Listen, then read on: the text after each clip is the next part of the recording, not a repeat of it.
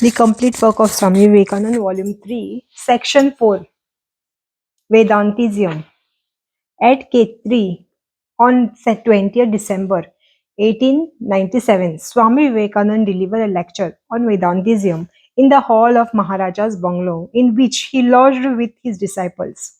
The Swami was introduced by the Raja, who was the president of the meeting, and he spoke for more than an hour and a half. The Swami was at his best, and it was a matter of regret that no shorthand writer was present to report this interesting lecture at length. The following is the summary from the notes taken down at the time. Two nations of yore, namely Greek and Aryan, placed in different environment and circumstances. The former surrounded by all that was beautiful, sweet, and tempting in nature, with an invigorating climate, and the latter surrounded on every side by all that was sublime, born, nurtured in the climate, which did not allow of much physical exercise, developed two peculiar and different ideals of civilization. The study of the Greek was the outer infinite, while that of the Aryans was the inner infinite. One studied macrocosm and other microcosm.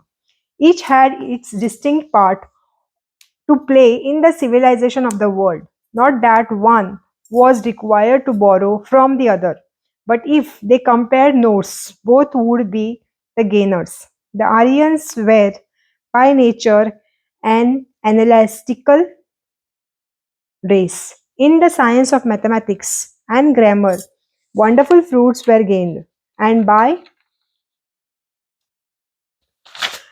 the analysis mind, the full tree was developed. In Pythagoras, Socrates, Plato, and Egyptian Neo-Platonist, we can find traces of Indian thoughts. The Swami then traced in detail the influence of the Indian thoughts on Europe and showed how at different periods Spain, Germany, and other European countries were greatly influenced by it. The Indian prince Dhara Sukho translated the Upanishad into Parsi, and the Latin translation of the same was seen by the Scoffinger, whose philosophy was molded by this. Next to him, the philosophy of Kant also shows traces of the teachings of the Upanishad. In Europe, it is interest. In Europe, it is the interest in comparative philosophy that attracts philosophers and scholars to study the Sanskrit. Though there are men like Dusin who take interest in philosophy for its own sake. The Swami hoped that in future much more interest would be taken in the study of Sanskrit. He then showed that the word Hindu in the former times was full of meanings as referring to the people living beyond the Sindhu or the Indus River. It is now meaningless, representing neither the nation nor their religion. For on this side of the Indus, various races profusing between different religions like at the present day.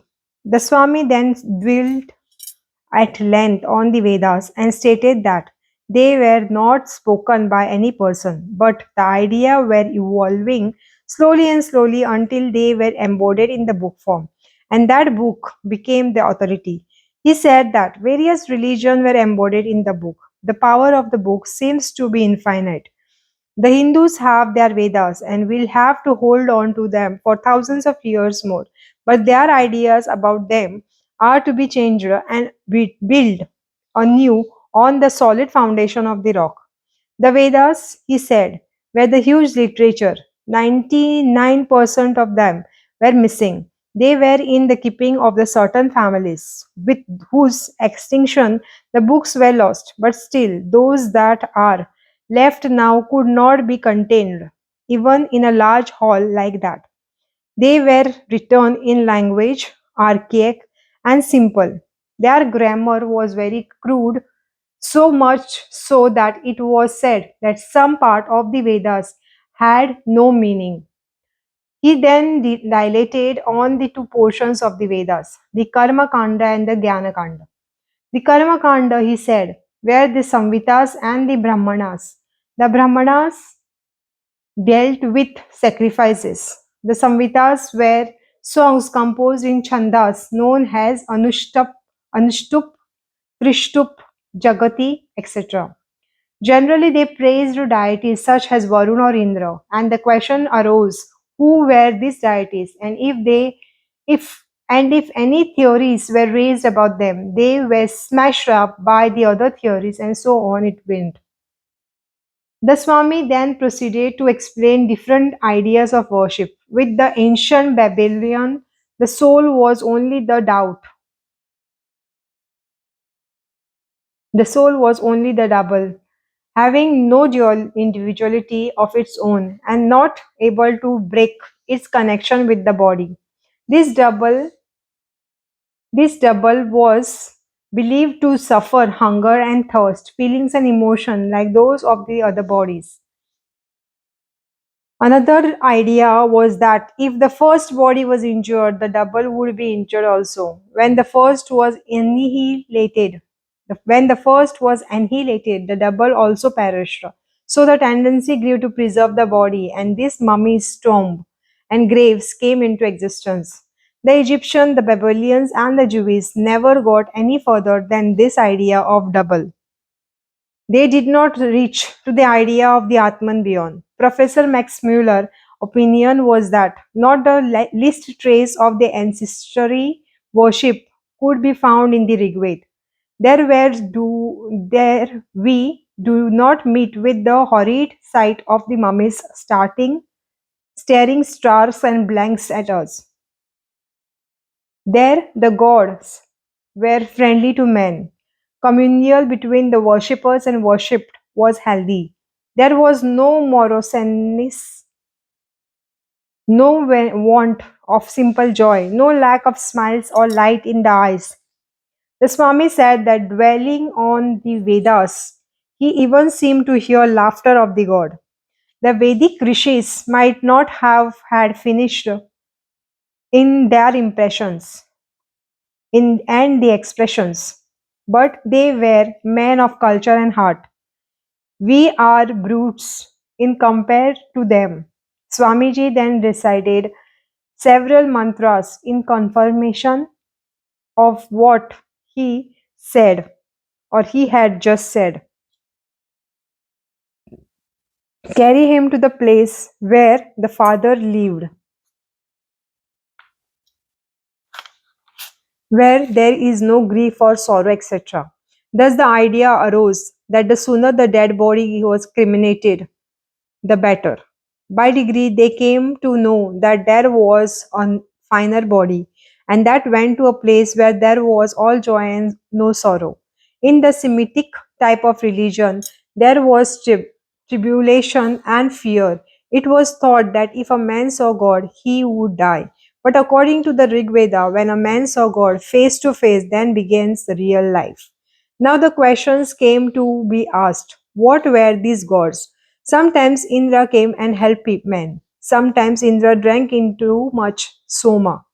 Sometimes Indra drank too much soma. Now and again, adjectives such as all powerful, all pervading were attributed to him. The same was the case with Varun. In this way, it went on, and some of these mantras depicting the characteristic of these gods were marvelous, and the language was exceedingly grand. The speaker here repeated the famous Nasadiya Sukta, which describes the pralaya state and in which occurs the idea of darkness covering darkness, and asked if the person that described that sublime idea in such poetic thought were uncivilized and uncultured, that want that what we should call ourselves. It was not for him, Swamiji said, to criticize or pass any judgment on those rishis and their gods, Indra or Varun. All this was like a panorama, unfolding one scene after another, and behind them all, as a background, stood out Ekam, sadvipriya sadvipra bahuda vadanti. Ekam sadvipra bahuda vadanti. That which exists in one, sages call it in various names. The whole thing was most mystical, marvelous, and ex- exquisitely beautiful. It seemed even at quite approachable. Quite unapproachable. The veil was so thin that it would rend as it were at the least touch and vanish like a mirage. Continuing, he said that one thing seemed to him quite clear and possible, that the Aryans too, like the Greek, went to outside nature for their solution.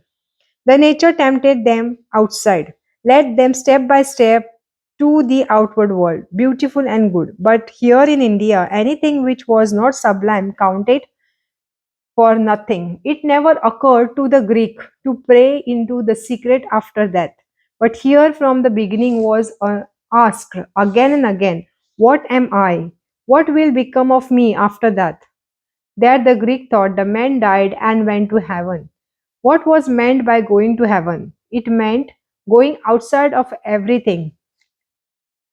There was nothing inside. Everything was outside. His search was all directed outside. Nay, he himself was, as it were, outside himself.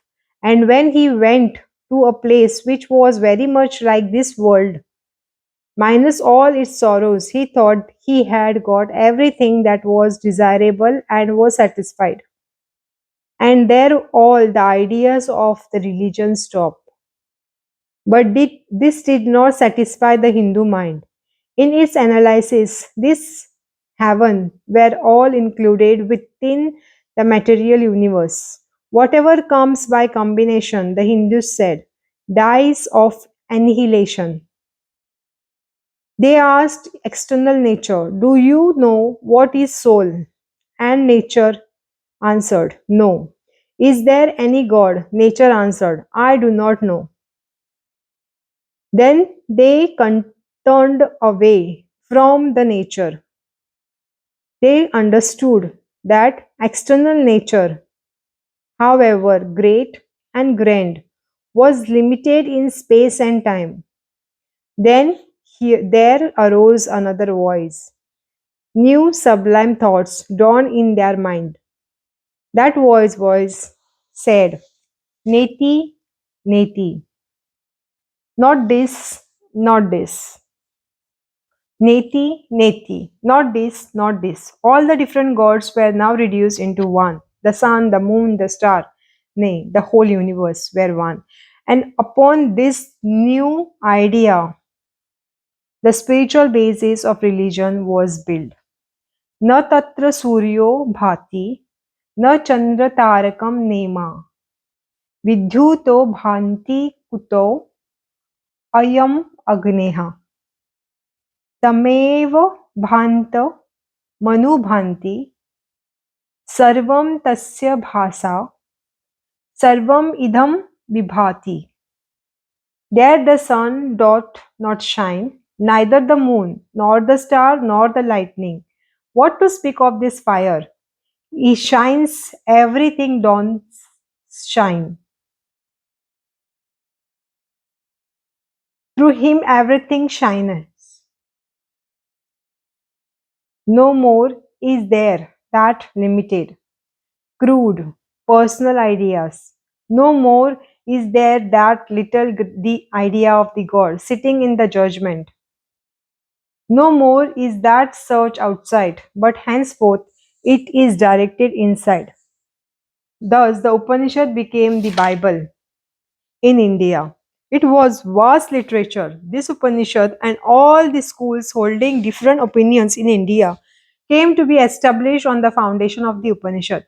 The Swami passed on to the dualistic, qualified monastic, and Advaitic theories and reconciled them by saying that each one of these was like a step by which one passed before the other was reached. The final evolution of Advaitism was the natural outcome, and the last step was Tattvam Asti. Tattvam Asi. Tattvam Asi. He pointed out where even the great commentators Shankaracharya, Ramanuj, Madhavacharya had committed mistakes. Each one believed in the Upanishad as a sole authority, but the thought that they preached one thing, one path only. Thus, Shankaracharya committed the mistake in supporting the whole of the Upanishad thought, one thing, which was Advaitism and nothing else. And wherever a passage bearing distinction, the Dvaita idea occurred. He twisted theories. So, with Ramanuj and Madhavacharya, when a pure Advaitist text occurred, it was perfectly true that the Upanishad had one thing to teach, but that was taught as a going up from one step to another. Swamiji regretted that in the modern India, the spirit of the religion is gone. Only the external remains. The people are neither Hindus nor Vedantists. They are merely don't touchist. The kitchen is their temple. The kitchen is their temple, and the handi, bartan, are their devtas. This state of things must go. The sooner it is given up, the better for our religion. Let the Upanishads shine in their glory, and at the same time, let not quarrel exist among different sects. As Swamiji was not keeping good health, he felt exhausted at this stage of his speech. So he took a little rest for half an hour, during which the time the whole audience waited patiently to hear the rest of the lecture. He came out and spoke again for half an hour and explained that knowledge was the finding of unity in diversity, and the highest point in every science was reached when it found the one unity underlying all varieties. This was as true in the physical science as in the spiritual science.